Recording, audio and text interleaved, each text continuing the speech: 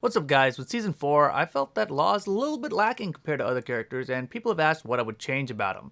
Now, I don't like being so nitpicky about the details about what I would change, but one thing that I do miss from Law is his DSS auto parry.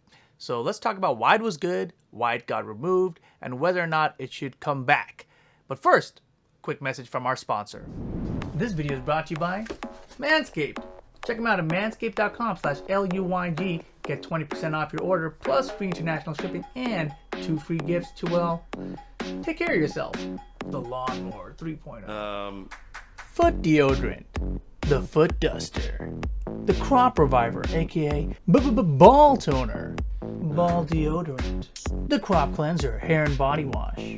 The Shears 2.0. The Perfect Grooming Kit. The Weed Whacker Electric Nose and Ear Hair Trimmer. Feeling moist? That's gross. Ball wipes. How about some refined cologne? They've got everything you need to keep yourself well maintained.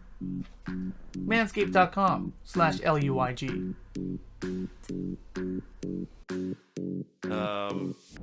So what was it?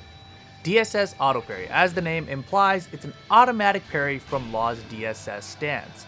So first of all, Law has a DSS stance. He can transition into it after various moves, most notably now for his combo ender, his wall combo, or while standing 4, counter at 3+4. Now, in Tekken 4, 5, and 6 though, when you entered Law's DSS stance, there used to be a few frames with a built-in parry window for highs and mids, punches and kicks, just like his normal manual parry would do. So why was it good? Well, the main reason it was good was that you could do an unsafe attack, like a string that has a high in it, for example, while standing 1-2, or Shaolin spin kicks, and then time your DSS transition with the opponent's punish to have a second chance at being safe. So was this easy to do? Hell no, because you only have a small window to begin the DSS transition after these moves, and you only have a small window to get the parry in, right? So if an opponent went low, it would always beat the parry option, right? Because the parry only does mids and highs, punches and kicks. If they did an elbow or knee, it would beat it as well. So Law would have to throw out an unsafe mid from DSS to even try to check them in this situation.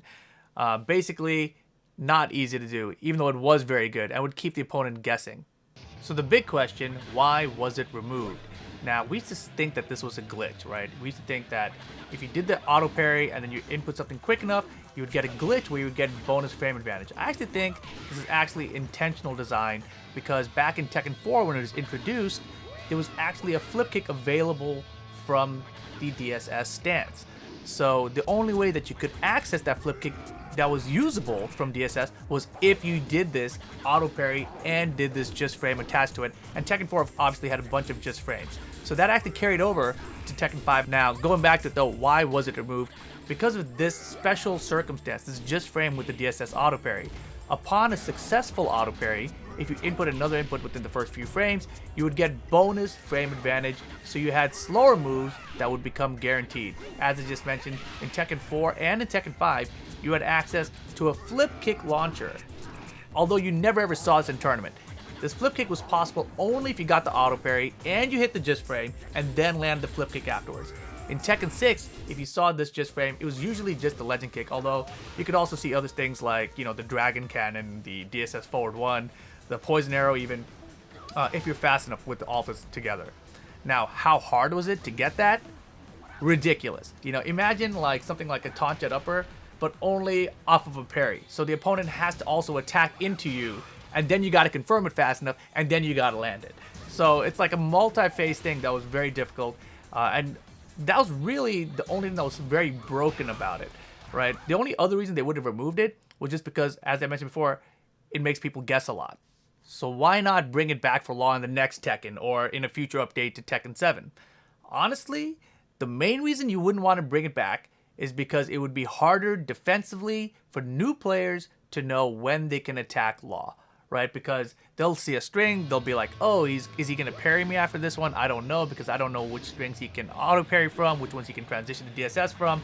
And my counter to that is that there are already plenty of characters in the roster that already have this issue. You know, Hwoarang, even Fahkumram with his down for the 1 string, which is way easier and more confusing. You got Leo with her stances, Zafina with her stances, you know, Eddie, Ling Xiaoyu, etc., right? So yeah, it takes some learning, but there's really only like 2 or 3 places where Law is really going to abuse you for it. Now, if they bring it back without the glitch that gives bonus frame advantage, I would be happy. You know, this would open up DSS back for offense again, which right now, there's no offense out of DSS. Everything is only off of combos. You can try like a while standing forward in DSS for pressure, but that's basically it. If they ever even try a while standing forward DSS, sidestep right duck, it beats like every option, right? So right now, DSS is only available for combos or counter it confirms with the while standing 4. The offensive pressure that DSS used to allow is non-existent now. Bringing it back with the glitch, where it was like a flip kick or bonus frame advantage, would actually be broken, like completely broken right now, because that would mean that auto parry DSS 3+4/4 would be an easy launcher, and I do not want that possible, right? So I think we can have auto parry back in a non-broken way that makes Law more fun to play. All right, so that's my little rant on DSS auto parry. That's what I really want back for Law, to be honest. Like, I would like him to have, you know, something like a faster low out of DSS, better tracking out of DSS. That's like a mid. So there's actually some mind game out of it for offensive pressure. But that's basically it. You know, I think the character's still a good character. He's still got the best punishers in the game. But yeah, thanks for watching. Make sure you guys please check out and subscribe to this channel. You know, turn on that auto notification. Thank you guys for watching. I'm Rip, and I'll catch you guys next time. Peace.